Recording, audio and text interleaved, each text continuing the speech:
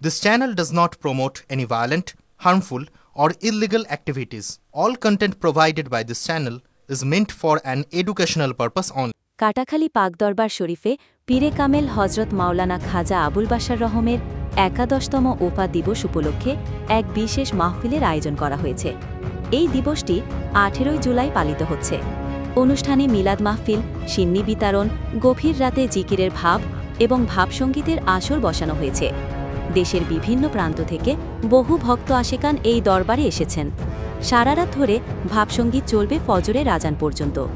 এরপর আবার সিন্নি বিতরণের মাধ্যমে ভক্তদের বিদায় জানানো হবে। এই ওফা দিবসের সার্বিক ব্যবস্থাপনায় মোহাম্মদ মেহের আলী গুরুত্বপূর্ণ ভূমিকা পালন করছেন।